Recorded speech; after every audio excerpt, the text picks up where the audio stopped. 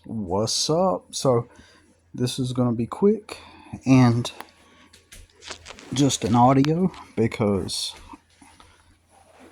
it's just about bedtime and it's on my mind. A while back, I mentioned before I had to end a video that I was going to talk about, you know, um, how one could just make money playing in the mud and uh, make a revenue generating system from playing in the mud. So the idea is what you want to do with your life is to have revenue generating systems that um, generate you revenue. So and you live off of that revenue. Um, you got to erase out of your mind this whole concept, this whole idea that you simply exist in this world surrounded by authority figures, and authority figures have tasks for you to accomplish. And if you do the task,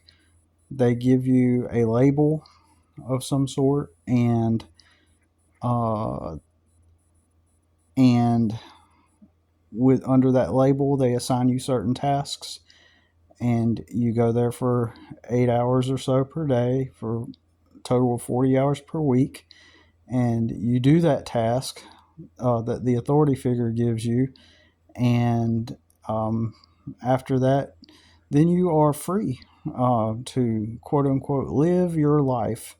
If you do a really good job, uh, a year after doing that task, a year or two after doing the task that the authorities gave you, you will get paid to have a week or two off. They will pay you, and this is living your life, Um, and the way it's taught, in the way that it's taught, it's assumed, and all this is lies, by the way. All of this is a lie, okay?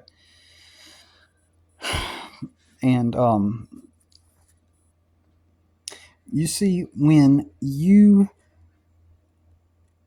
are taught this, you are taught that this task, this assignment that you're given by the authority figure is it's the thing that you do so that you can live your life. It's the An authority figure gives you a task. You do it for 8 hours a day, 40 hours a week, so that you can live your life, right? And all of this is defined for you. All of this is pre-planned, pre-packaged for you to follow. And you follow this script that they gave you. And in the way that they state it, it assumes that after you are finished doing this task, this thing that the authority figure gives you, it's just a thing, as if it's nothing, as if it's just, it's just what you do, um, for that amount of time, and then afterwards, you got the freedom to go live your life. It's the way they say it. And now you're making a living, they call it, and now you're living your life. So this assumes, when it's worded that way, and the way they word it, those may or may not be the exact words, depending on each situation, but generally, that is the inference, that is the presupposition, right? So when it's worded that way, it sounds like you have all this time.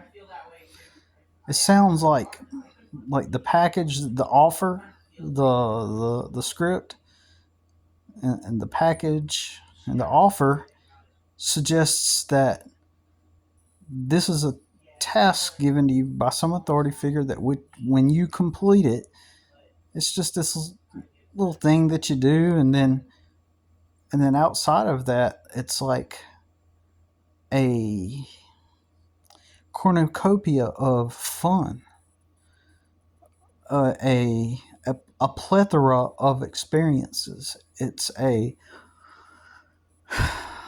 it's a life. It's full of adventure, right? You get to live your life. You do the task the authority figure gives you, and then you got all this time left over to live your life. It's almost as if your time at this location where this task is given to you is just a little blip in your reality, just a little segment, a small fraction of your time, and in which afterwards, like, you just do this little thing here, and now you get to go live your life. You get to go, man, and that's what this task is for, that the authority figure gives you. It is so that you can live your life. So in your mind, that's how you perceive it. You're perceiving a lie because you're taught one thing, and you're also in a waking state of cognitive dissonance because since it's inferred that way, whether or not they use those specific words, since it's inferred that way, you're thinking that way, right? Because you're being taught. Everybody's taught you that. The schools taught you that. You're probably your parents, probably like all your peers believe it. Everybody in the society believes it. Just literally a lie right in front of everybody's faces. It's happening right in front of your face, and it's happening in real time. In real time, the lie is happening. It's like the reality of it is right in front of you. You're living it. Your waking experience. You are actually living this lie and observing it. You're literally actually observing this lie take place in real time, and yet in your mind, you've got to be in a state of cognitive dissonance because something doesn't sit quite right. Something doesn't make sense, but because everybody believes it, an authority figure's told you this, and now an authority figure has given you the assignment, and all the things coming together, and you're following the script. Therefore, you're going to believe it. You're going to just believe it. So in your mind, at some level, you know that you're not really living your life. You're not really you don't really have all this time to quote unquote live your life. The reality of it is you clock out and you barely have any time in the evening. The only thing you have time for is maybe to do some chores, and if you got 30 minutes to an hour, you might be able to catch some kind of TV show that's on TV or Netflix or whatever, right? Whatever you watch, or you might watch YouTube for like an hour or something, and or you may even be at some level it's not right, and then so like you get addicted to YouTube and or some other social media, and you're just like, you end up staying up really late, and because you're dreaming, you know that something's not right about it, right? But and then you end up waking up early in the morning, like you shouldn't have stayed up, and you're not having enough sleep, so you're pushing through the day trying to like get through it, and and it's just a drag. Like, everything's a drag. You go to your assignment that the authority figure gives you, and you're discontent, but it's the script, it's what you're supposed to do. But and so it's this reality on repeat. So what they don't tell you is, they don't tell you that, look, when the authority figure hands you your tasks, now we're going to tell you that this task that the authority figure gives to you for the 8 hours and the 40 hours plus a week, we're going to tell you that this task is the thing that pays for your food, your rent or mortgage, and for your cars, and for your basic survival. And you do this task so that you could have those things, and doing this task frees you up so you can live your life. And it's going to be hard, because work is hard. It's hard work. Work is hard, and so you just have to accept that. And you come to this little task, and and then you have all the time to just be yourself, be you, and have the experiences, enjoy your friendships, etc. And also, you know what? You are a moral person. You are an ethical person for following this script. Like, for following this path, it makes you, like, look at those around you that refuse to adhere to this paradigm. They are, non-contributors. They are, you know, uh, and you know what? And that makes you better than them. Okay. So don't be listening to the people that talk about how, like, they don't want to adhere to the script, and get out there and find an authority figure who has a role, who has a label, who has a task. Get away from those people, right? Because the authorities exist to give you your assigned role in the society. So go apply, keep applying, apply, and until the different authorities, eventually one of them will call you and ask you for an interview, ask when you can come in for an interview. You'll set it up, and you will relay to them all of your experiences, your knowledge, and give them a little insight about who you are. And you tell them that you're looking for a good authority figure in your life to obey, and that you're looking for a good organization of people that are that are all in one place, who are doing a task in order to send out a product or render a service, and you're looking to become part of that action that they're taking every day, and become a member of that team, and because it's the right thing to do, and you're someone who will obey, and and adhere to the rules set by the authority figure, and you will do your 8 hours a day obediently, and you'll do your 40 hours obediently, and you will be a contributing part of their endeavor. And you want to be, and that's what you're looking for. You're looking to become a part of a great team, right?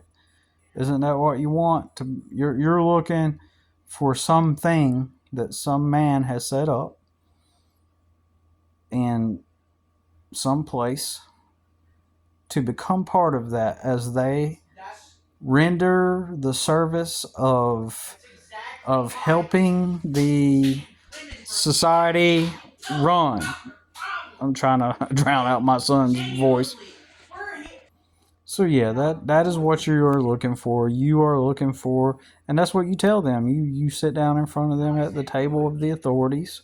Now, these authorities have been given authority by some other greater hand of authority from on high, and they are there to, kind of as a proxy for the greater authority, who probably also has a greater authority above them, who also has a greater authority from above them, because that's all this consists of. You're just in a reality surrounded by the authorities. And when you went to a public education system, at an early age, you were at some new building, and this kind of like threw off your critical factor, your thinking, and out of curiosity and seeing these beings in power over you who had labels and important positions and titles were giving you assignments to do, and your brain has been, and your mind and body has been conditioned to that hey, this is the normal thing to do. You obey your authority figures, and you just live the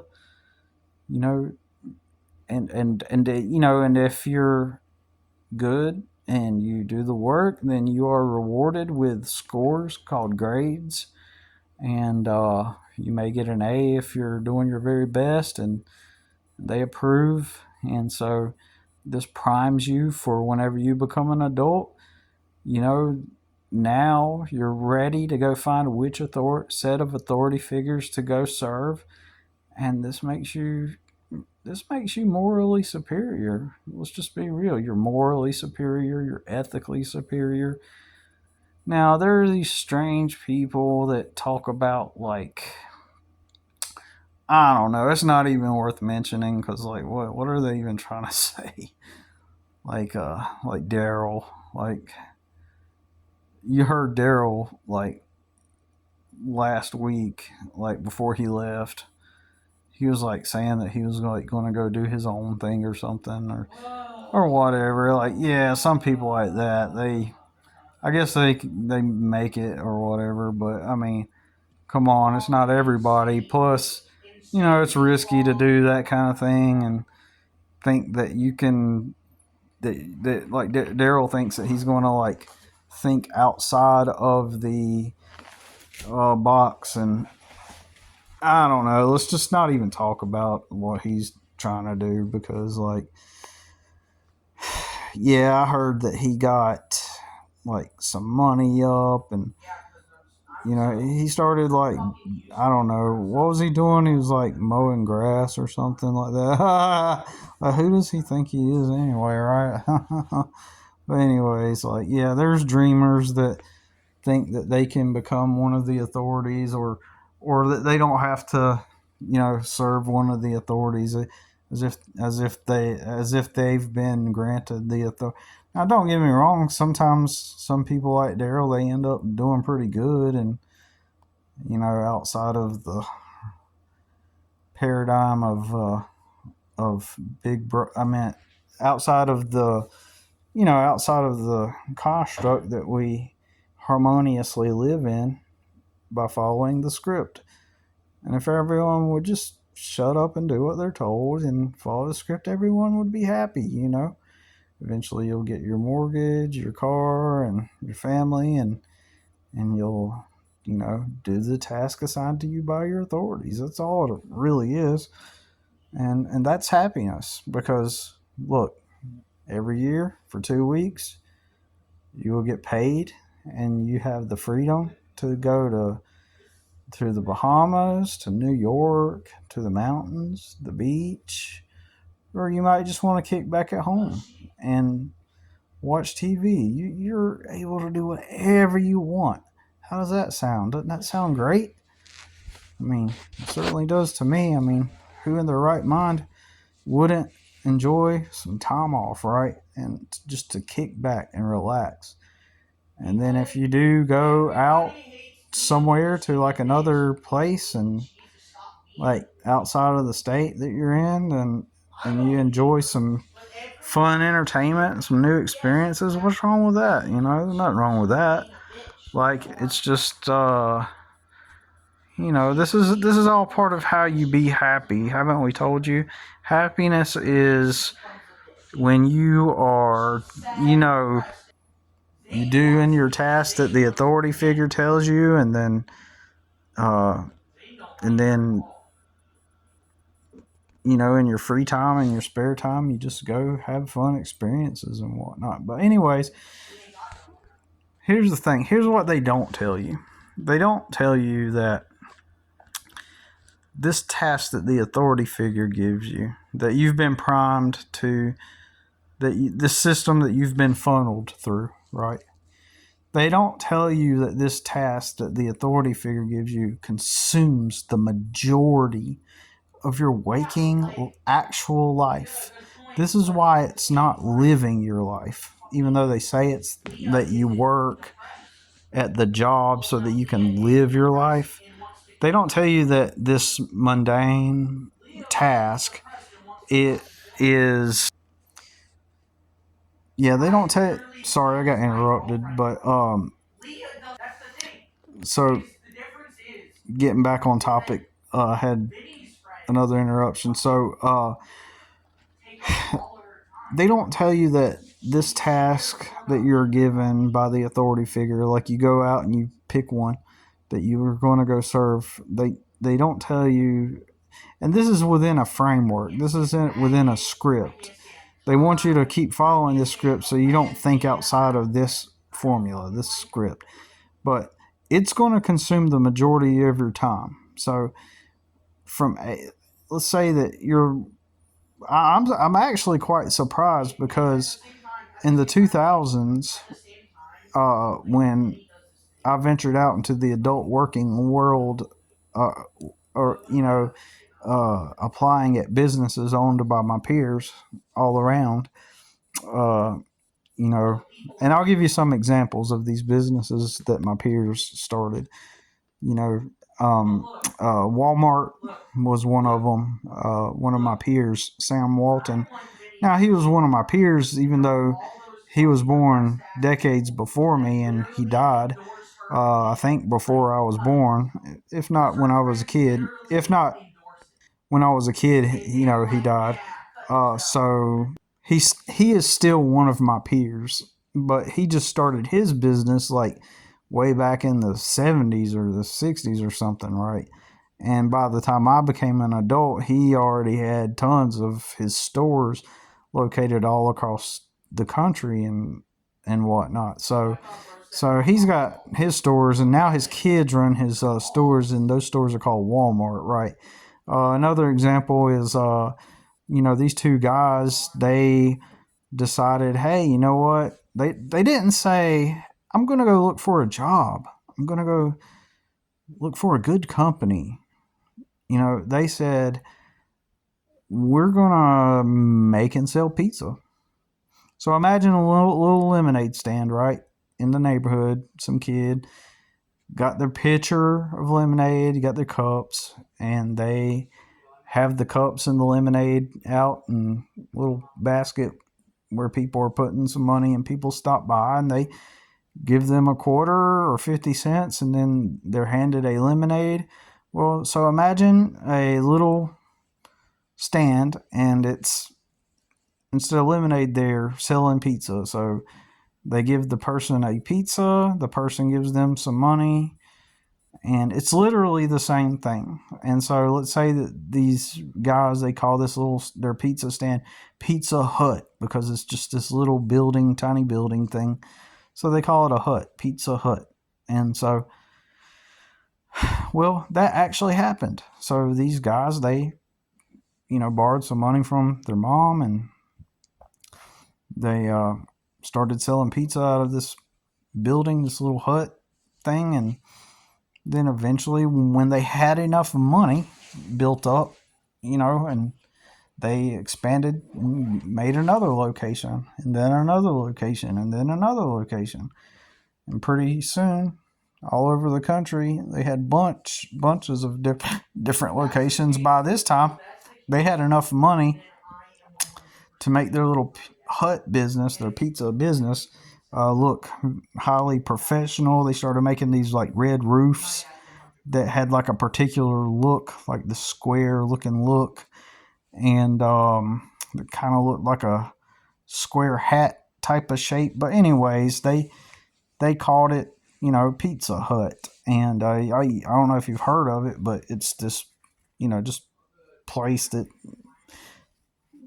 that sells pizza, and they got a lot of locations, these two peers of mine, and they're your peers too, and so they just make and sell pizzas just like the kid that makes and sells lemonade. It's the same thing. And so people go apply at the Pizza Hut, and in their minds they perceive it as an authority. It's an authority. It's established fixture in their reality, so it must be an authority, because it's not some pizza thing a couple of guys did where they decided to make and sell pizzas. No. In people's minds, it's an authority. It's a fixture in their reality, and so it's an authority. And so when they apply, they're doing the right thing by becoming a contributing member of society by applying at one of the corporations. That's the way they word it. But in reality, it's no different than a lemonade stand, fundamentally, right? But so, anyways, what's another example of another business that your peers have started? So, for example, Bank of America is just owned by somebody. Somebody decided to make a bank. You can make your own bank. Everybody can do it. Everything. Again, they don't tell you that this, whatever you go, I'm just getting back on topic. So yeah, I was going to say, back in the early 2000s, you always heard 9 to 5. But during the 2000s, here's what the warehouses would do. They didn't want to pay you for breaks, so they would tell you to come in at 7:30 in the morning, and then that means that if you start at 7:30 and you get your first 15-minute break at 9:15, or from 9 to 9:15, that first 30 minutes compensates for, and then at 3:15 in the afternoon you get another break, 15-minute break. So now that 7:30 compensates for that time, and because they don't have to pay you, and then you'd get off like at 4 o'clock. So they give you like an hour break. Like, so at 12 you get your hour break, and then you get off at 4. I think that's the way it worked. No. You get off at 5. That's right. You get off at 5 because that hour break. So you get there at 7:30 and you leave at 5, and then that way it wasn't like a 9 to 5. It was technically a 7:30 to 5, and you get those unpaid breaks in between because the company could do that, and so they did do that, and so that's horrible. And so people would still call it a 9 to 5, and for years I thought, like, 9 to 5s no longer even exist. And it seems like every place that I applied to back then didn't even have a real legit 9 to 5. It was 7:30 to 5 or something like that. At a lot of these warehouses and stuff. And so, and again, what are these warehouses? Remember, it's a lemonade stand. All a warehouse is one of your peers. It's one of his business. And he started a business. Like, you went and looked for a job, but he didn't. Instead of him saying, I'm going to look for a good company to work for, he started a business, right? And so now you're just working for him at any place. He's not an authority figure. You got to not look at these places like authorities that have jobs. You got to think of them as businesses owned by your peers who have tasks for people to do to help them run their business, to live life on their own terms. That's the way you got to word it. You got to reframe it using words that depict and reflect reality, not words that allude to a version of reality that is kind of warped. Okay, so anyways, they consume the majority of your time. So imagine that schedule going in at 7:30. Probably have to wake up probably at 6 o'clock in the morning, go in at 7:30. Depending on how far out you are, you probably want to get there a few minutes early. So you're going to at least leave your house by 7. 6:37 in the morning. You don't even have a morning. You don't even have no morning with that kind of schedule. You have zero morning. You have just a couple minutes, and then you get to go into a dusty warehouse doing around a bunch of grumpy people who, for the most part, they hate their lives. They hate their job. They're following the script, but they've been sold the script because the script is happiness.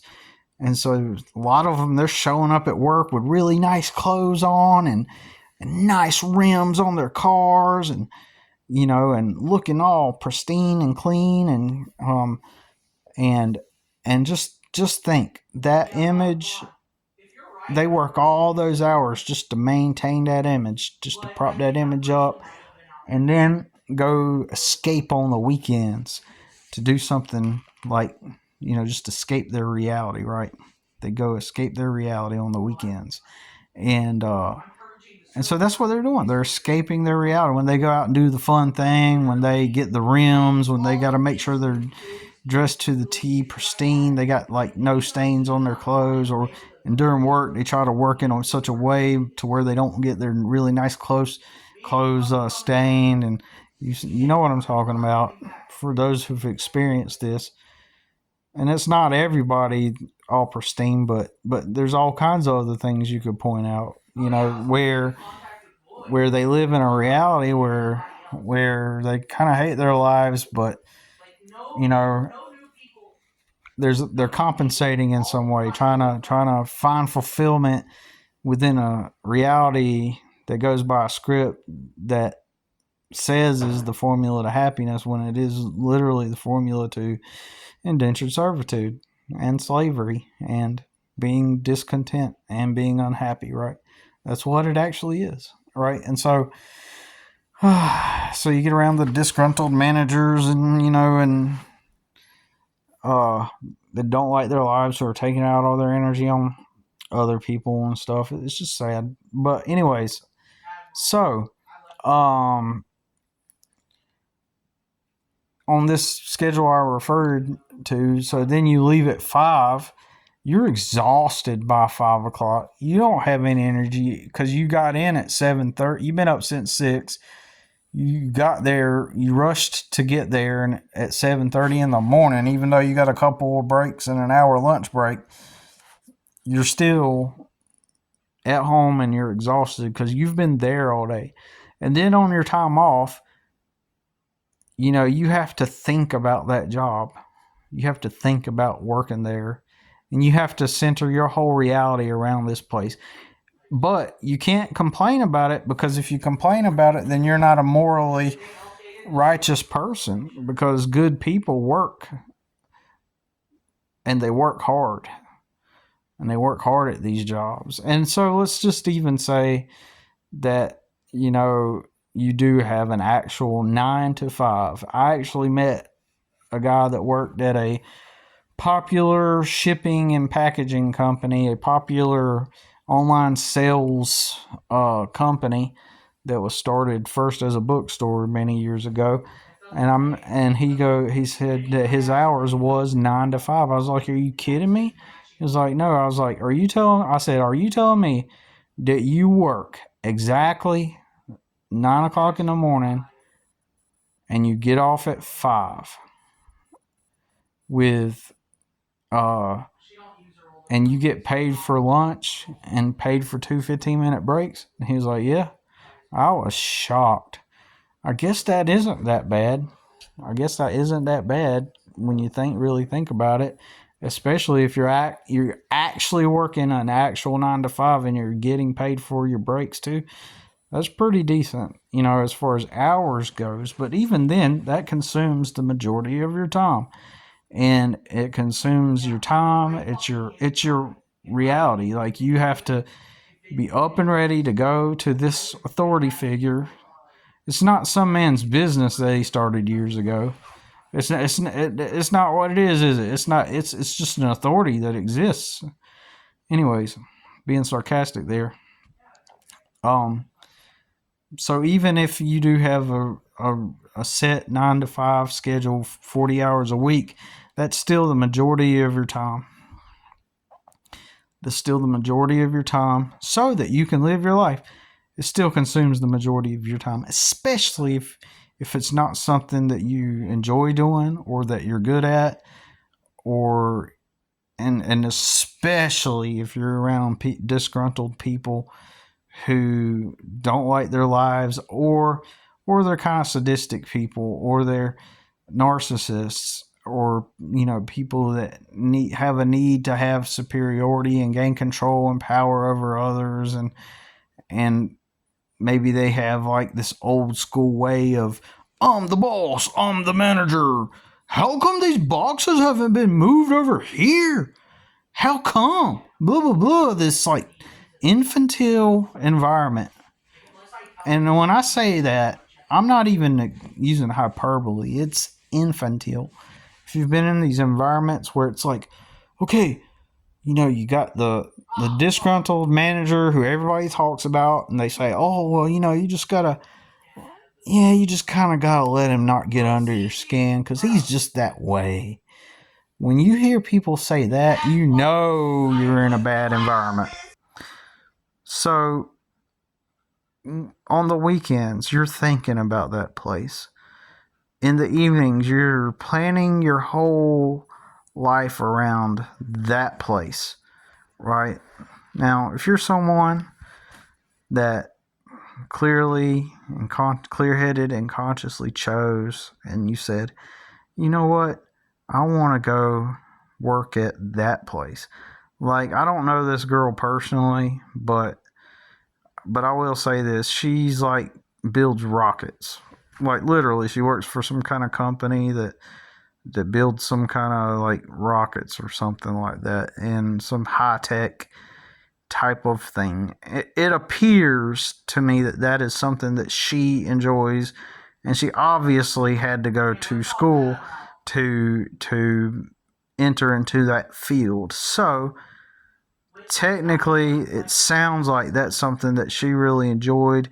So some man, you got to word it this way.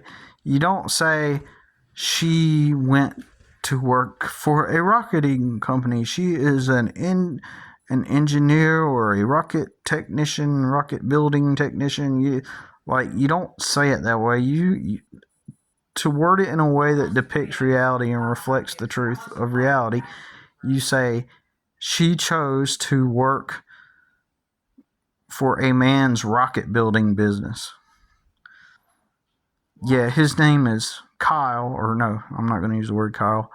His name is Tim, and Tim has decided to make him build rockets, and she has decided to learn the skill of building rockets, and so she goes and helps Tim build his rocket business. I don't care how big the company is. Who owns Starbucks, for example? I don't think is Howard Schultz an owner, or is he just a CEO? I don't know. But let's just pretend that you go to work for Starbucks, right? It's not an authority figure. It's not some authority. It is some man's coffee business, right? So you're saying to yourself, okay, I'm going to go work for Tim's rocket company, and help him build the rockets. No different, literally no different. Like, that person with the lemonade stand, assuming they are 18. Usually you think a kid selling lemonade at a lemonade stand, right? But let's just assume this person is 18 and they've got a little booth up, and so they call the health inspector, the county health inspector. They get approved by the inspector because they're doing it in a sanitary way. They got a lemonade stand. They call the county up. The county comes out and says, yeah, sure, your lemonade stand is on par with health codes, so that's cool. You can pour your lemonade here. And then you say, suppose that person then goes and down to the state capitol, spends $150, and gets their lemonade stand incorporated, right? And then they go to their city and they get a business license, right? For $50. Well, now they're literally no different than that rocket business. fundamentally. That rocket business decided to make and sell rockets, right? For example. And all they did was went down to the county, got the certificate that says they're a business, and the lemonade stand can be no different. Wake up, wake up, wake up. Wake up and see reality for what it is. So, anyways, that's all I got to say about it. And so this is some reframing, because you got to wake up and see reality for what it really is. And when you do, you'll make decisions towards your own personal freedom. You'll introspect and you'll become aware of who you really are, and you'll want to find like-minded people who get it, and people who have aspirations for freedom. You'll find people who want to live life on their own terms, and that's what I want to do. I want to live life on my terms. I don't want to be a servant. I grew up poor, and I was told that I was supposed to be a servant for the rest of my life. I was told that I was supposed to just clock in, shut up, and just be happy. I refuse to live that life. I'm willing to help people along the way, right? Right now in my life, until something changes, right now I'm willing to do that for free for the right people. And I've gained a lot of wisdom and knowledge and a lot of real experience on getting customers and working for myself. And it is a pathway towards my objectives. I've got stuff, especially if you're poor, especially if you're a poor person. Like, some of you have the privilege to be able to go live back at home with your parents. There's often this trope about living in my parents' basement. Especially the internet marketers, they have to use that one. I was so destitute. I was at the lowest point in my life. I had to go live back at my parents in their basement. And I'm thinking to myself, bro, I feel your pain. I'm so sorry. It brings me to tears. You had to go live in your parents' basement. It must be, wow, no. Oh, God. I feel so bad for what you had to endure. You actually had to go live in your parents' basement. Oh, Lord. God bless this man. He had to go live in his parents' basement and go up to the refrigerator and get mom's leftovers. Oh, my God. He had something to eat. He had warm showers every night. He didn't have to live out of his car or his truck. Oh, my God. Like, seriously, a lot of people have it made. The fact that you can actually go live back at home is, holy crap, you are so lucky. There should be no reason why you can't start your own thing. Create some kind of product or service and get on the process of starting to operate it. You don't have to have a nice place to live. You can go find a rundown trailer park with... My son gets riled up when he's playing his video games with his friends, and let me tell you, they're dudes, and some of them are girls, but for mostly it's guys. But, like, believe me, like, boys can be boys, and they get really brutal with each other. But anyways, so caused me to lose my train of thought a little bit, but that's okay. You should be able to... Anyway, so it's late, and it's time to go. Time for me to go to bed. I am more than willing to help as many people as I can. Now, look, I've got my own customers now, and again, I can teach people how to do lots of things, and I have a product that I'm going to come out with that I'm going to pitch towards marketing in. It's a new landscaping tool that I have come up with, the concept, and I believe that this tool will become super beneficial to landscapers and just people that are doing work in the yard. No one has made this tool. It will cause people to save energy, time, which will be a huge relief on people that do landscaping and stuff. And I'll put that to market at some point. I'm going to get the website up. I've had this idea for like over a year now, maybe a year and a half, but I really need to. I woke up the other day, yesterday, feeling kind of sore from the previous day's work. And I was like, holy crap. I was like, I can't do this forever. I really need to like do my product as soon as I can and get it going. Sell it in stores. A long time ago, I had a beef jerky, organic beef jerky. I became a distributor for a beef jerky company, and I would get their beef jerky in bulk, and I would go to different places. I did this for a very brief time, and I would set up displays, professional displays with their beef jerky on it, and I would get paid a percentage. I mean, I would buy it, and then the places that I put the beef jerky in were like camping stores, and other places. Anyways, I would buy these beef jerky in bulk, put them on displays in stores, and I told the store, I'd simply just walk into the store and say, hey, I got a display with beef jerky on it. Can I set up a display in your store? You sell it, take 10%, cut me a check for the rest, and then I'll keep it in stock. And I did that. I had beef jerky in 5 locations. I never achieved any kind of profit with it. I made a bunch of sales.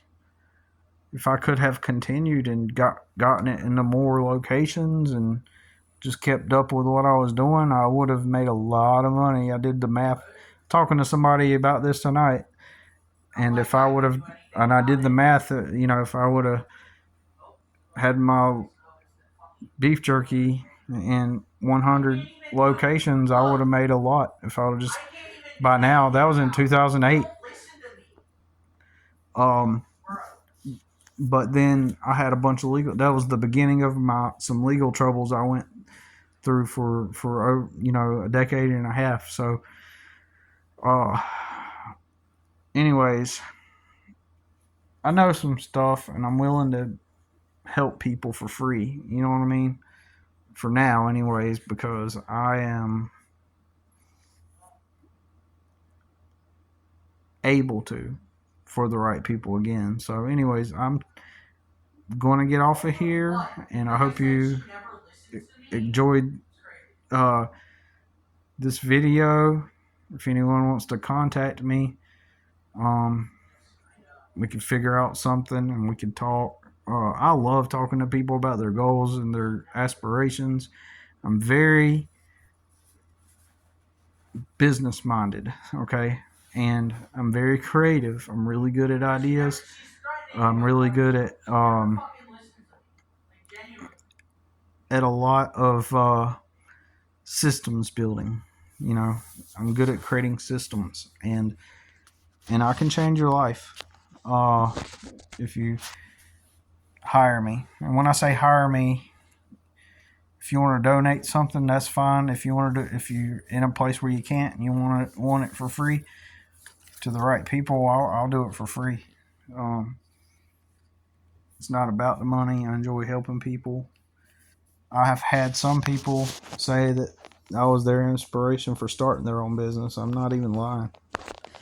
But anyways, that's all I got to say for now. And I'm going to sleep because you might even be able to tell in the video that I'm laying here actually, and I'm getting tired.